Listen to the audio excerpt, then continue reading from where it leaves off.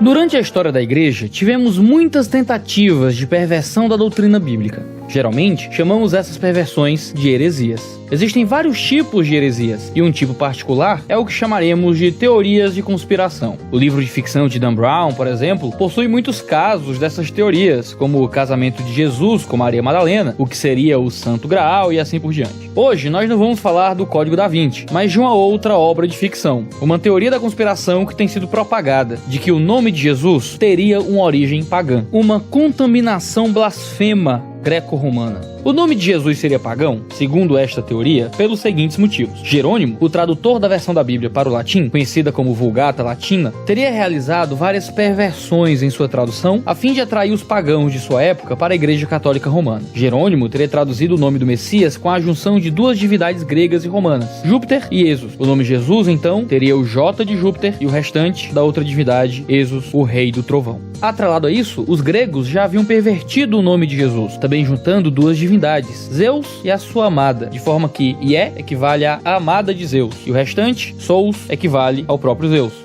Iesus, uma forma aproximada de Jesus ali no grego, era uma perversão grega do nome do Cristo. A perversão seria tão blasfema que já começa na forma como ele é pronunciado em hebraico. Je, que no hebraico é Ie, significa Deus. Jesus significaria cavalo, logo Jesus significa Deus cavalo. E isso prova que o nome de Jesus, na verdade, é uma blasfêmia de origem pagã. Certo, existem muitas variações dessa teoria bizarra, mas ela não faz absolutamente nenhum sentido, e os motivos são alguns. Primeiro, o nome hebraico de Jesus é Yeshua, que é uma abreviação de Yehoshua, o equivalente hebraico de alguns nomes como Josué. A forma maior do nome de Josué parece ter sofrido uma mudança através do tempo, principalmente no período pós-exílio. Em Josué 1:1, ele é chamado de Yehoshua ben Nun. Em Neemias 8:17, ele é chamado de Yeshua ben Nun. Na Septuaginta, a versão grega feita por judeus do Antigo Testamento, registra o nome de Josué nos dois textos como Jesus, muito próximo da pronúncia latina Jesus, provavelmente baseada na versão mais contraída do nome de Josué, Yeshua. Logo, Jesus nada mais é do que uma forma um pouco mais latinizada de pronunciar a forma grega contraída do nome de Josué, que em sua forma longa é Yehoshua. Yahvé é a salvação, e na forma abreviada, Yahvé salva. Ainda há quem tente relacionar o nome de Jesus em aramaico, Yeshua, com um cavalo, uma vez que o sufixo shua seria usado para falar de cavalos no hebraico. A questão é que em Yeshua nós temos a letra Shin, o equivalente hebraico ao nosso S, e não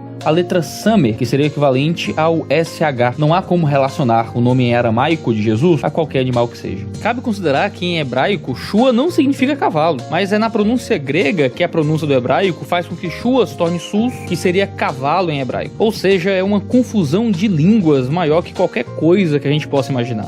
O argumento de que o nome Jesus se refere a um deus pagão, metade cavalo e metade porco, se baseia em traduções feitas no Google. A palavra grega para cavalo é hippos, de onde vem a palavra hipismo ou hipódromo. Portanto, o nome de Jesus não foi traduzido por gregos, mas por judeus que estavam traduzindo a Bíblia para o grego, na Septuaginta. A segunda questão é que não se sabe de onde tiraram que Jerônimo utiliza o nome de Jesus para que o J significasse Júpiter, se no latim antigo, até onde sabemos, não existia o J como letra principal de nomes. Ou como alguns gramáticos latinos afirmam, não existia J de forma alguma no latim antigo. E ainda que houvesse, por que somente a letra J seria aqui um problema? Por que não uma sílaba inteira? Poderia ser a abreviação do nome de algum deus. Jerônimo não inventou a transliteração, ele apenas transliterou o que a versão grega do Antigo Testamento já havia feito. Mas se a partícula Zus em latim tivesse também uma conotação para a palavra porco, o que fazer com as outras 650 palavras que possuem Zus em sua formação, como aurosos, que significa contendo ouro, ou colar de ouro? Muitos têm cometido um erro básico de latim, ao separar o nome de Cristo por Jesus, como se G fosse um prefixo e Sus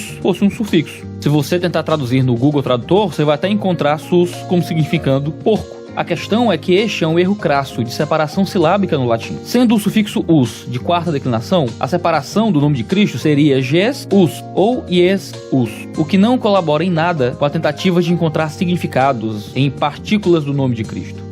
Ou seja, você não pode quebrar um nome para encontrar significado em sílabas separadas. Além disso, como alguém pode quebrar um nome assim para gerar significados nas partes divididas em outra língua? Ou seja, a palavra Zuz em hebraico é cavalo, mas em grego, cavalo é hippos. Não tem nada a ver com Zuz. E se o nome está em grego, por que a pronúncia tem um significado em hebraico?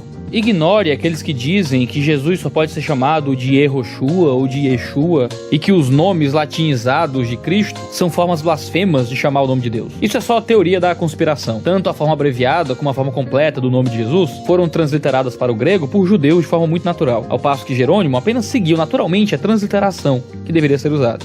Por fim, muitos ainda argumentam que nomes próprios não deveriam ser traduzidos e que o nome Jesus é uma ofensa ao Deus vivo porque é desconsiderar o seu nome de verdade. A questão é que nomes são sim adaptados a outras línguas. Muitos missionários americanos que vêm ao Brasil acabam adaptando seus nomes para que eles sejam melhor compreendidos em território nacional.